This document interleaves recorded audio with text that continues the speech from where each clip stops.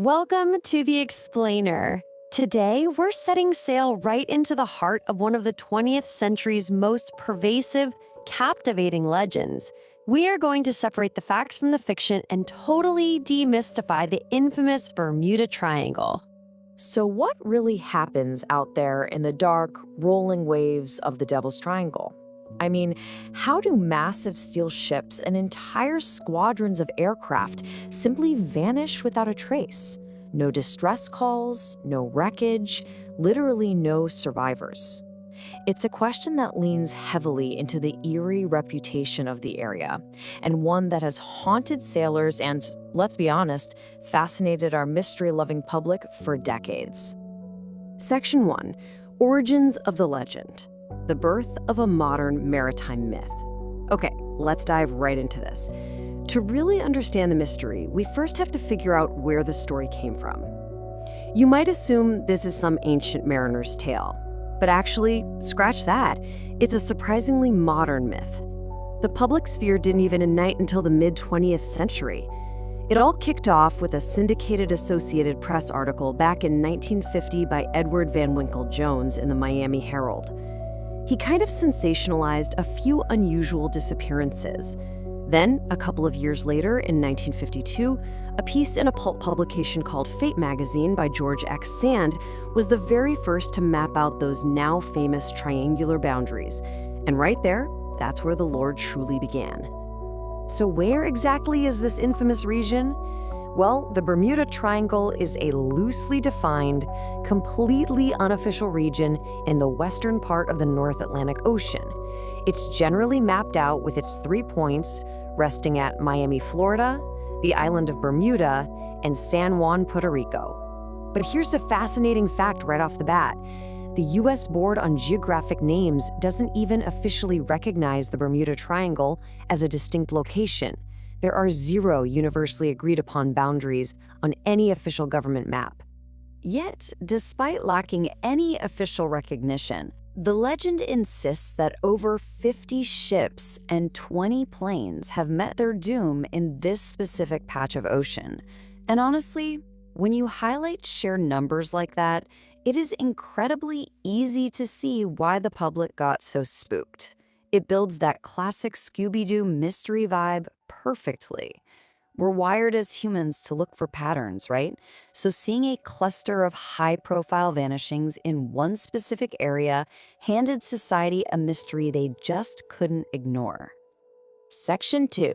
Famous Vanishing Acts. Disappearances that shocked the world. And we aren't just talking about small fishing boats going missing here. To really grasp the grip this legend has on pop culture, we need to look at the massive, infamous cases that cemented the myth. If we walk through this timeline, you can clearly see a terrifying sequence of events that just built this cumulative dread in the public consciousness. Back in 1918, a massive Navy supply ship, the USS Cyclops, disappeared with 306 men on board and a heavy cargo of manganese ore. Then we have the most famous incident of all in 1945, the vanishing of Flight 19. And just a few years after that, in 1948, a commercial airborne transport Douglas DC-3 aircraft vanished with 32 people en route from Puerto Rico to Miami. No trace of the aircraft, no trace of the passengers. But it is absolutely the loss of Flight 19 that serves as the main catalyst for the supernatural theories we still hear today. On December 5th, 1945, 5 Navy TBM Avenger torpedo bombers took off from Fort Lauderdale for a routine overwater navigation training flight. All 14 aviators vanished. And then, the tragedy compounded in the most horrifying way. A 13-man rescue plane, a Martin Mariner, was sent out to search for them, and it vanished too. It was a profoundly tragic loss of life, and the lack of immediate answers created a massive vacuum that was almost instantly filled with wild speculation. But before we get carried away by all that speculation, Australian scientist Carl Kruszelnicki makes a brilliant point. He states, on a percentage basis, the number of accidents in the Bermuda Triangle is the same as anywhere else in the world. Boom. Just like that, we pull the mask right off the mystery. We're sharply pivoting away from folklore and jumping straight into empirical, statistical reality. Section 3. The statistical truth. Crunching the numbers on the Devil's Triangle. This brings us right to the data. When we look past the sensationalism and actually rely on scientific scrutiny, the narrative completely flips.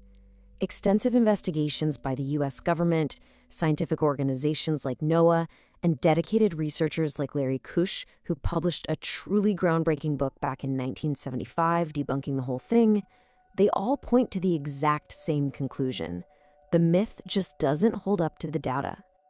To put that into perspective, let's look at this massive number, 1,510,000. That is the maximum estimated square miles of the triangle.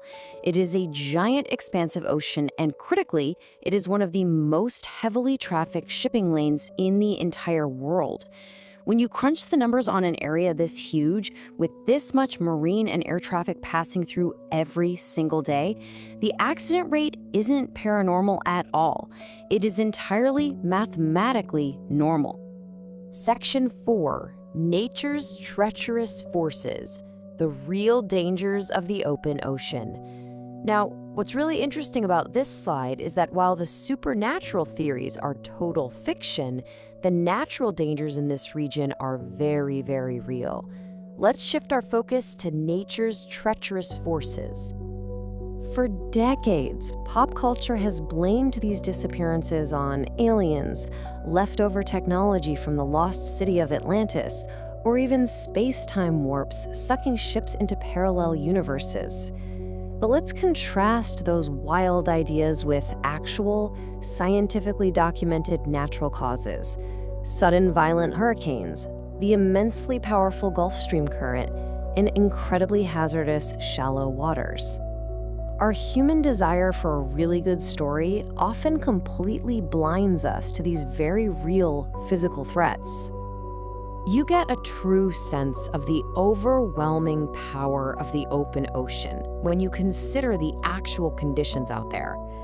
The Bermuda Triangle sits right in a zone where weather patterns can shift incredibly rapidly. We're talking sudden, violent storms, mini tornadoes whipping over the water, and massive rogue waves that can capsize a ship in minutes. Combine that with the Gulf Stream, which is this massive, swift, warm ocean current that acts almost like a fast-flowing river within the sea, and you have an environment that can easily overwhelm older, smaller, or poorly equipped vessels, and quickly sweep away any wreckage before anyone even knows to look for it. And then, of course, we have the geography itself. Bermuda is literally known as the shipwreck capital of the world, but definitely not because of an interdimensional vortex. It's surrounded by countless shallow coral reefs that reach up right near the surface. In 1936, a massive 499-foot ship called the Cristobal Colon slammed into a reef at 15 knots. In 1942, a huge wooden schooner called the Constellation met the exact same fate. These massive ships weren't swallowed by magic, they were simply victims of treacherous underwater geography. Section 5. The methane gas theory, a scientific hypothesis for sudden sinkings. Now, science does actually offer some genuinely fascinating hypotheses to explain why a ship might sink so suddenly that it can't even get an SOS out. Let's look at the methane gas theory, which kind of proves that actual science can be just as intriguing as the myths we invent. This theory breaks down the mechanics of a sudden sinking step by step. First, you have large deposits of methane hydrates, which is essentially methane trapped in an ice-like structure sitting down on the seabed. Second, if this gas is somehow disturbed, it erupts upward in these massive bubbles. Third, as these bubbles rush to the surface, they drastically drop the density of the water above them. Finally, if a ship happens to be caught in that less dense water, it instantly loses its buoyancy. It just drops like a stone, sinking rapidly without any warning. Theoretically, it could even interfere with aircraft engines passing directly overhead. So the crucial point here is, while this is a brilliantly sound scientific mechanism that could absolutely explain sudden sinkings, the empirical evidence tells a totally different story. The U.S. Geological Survey has meticulously checked their records, and they show absolutely no significant methane releases in the Bermuda Triangle region for the past 15,000 years. So it's a fantastic theory on paper, but empirical data shows it just hasn't actually happened here anytime recently. Section 6. The mystery solved. Human error, nature, and the power of folklore. And that brings all of our narrative arcs together for a pretty satisfying evidence-based resolution. The mystery, when we finally subject it to the light of science and data, is solved. The true culprits behind the tragedy of the Devil's Triangle are a combination of very, very earthly factors. We are looking at unpredictable and violent weather, immense navigational challenges, mechanical and equipment malfunctions, and ultimately human error. If we loop right back to our anchor incident, the tragic loss of Flight 19, naval investigations point to compass failures and severe pilot disorientation in worsening weather as the true causes. Add in decades of sensationalized media reporting that deliberately exaggerated the incidents and downplayed those natural explanations, well, you've got the absolute perfect recipe for a modern myth. Which leaves us with one final, provocative question to think about. The facts are clear, the statistics are completely normal, and the science is sound. So why do we, as a society, still prefer supernatural myths over simple human error and natural phenomena? Perhaps it's just because a world filled with sea monsters, aliens, and underwater portals is a little more exciting to our mystery-loving brains than the harsh, tragic reality of a broken compass in a bad storm. I really hope this explainer empowered you with the facts. Keep exploring, keep analyzing, and I'll catch you in the next one.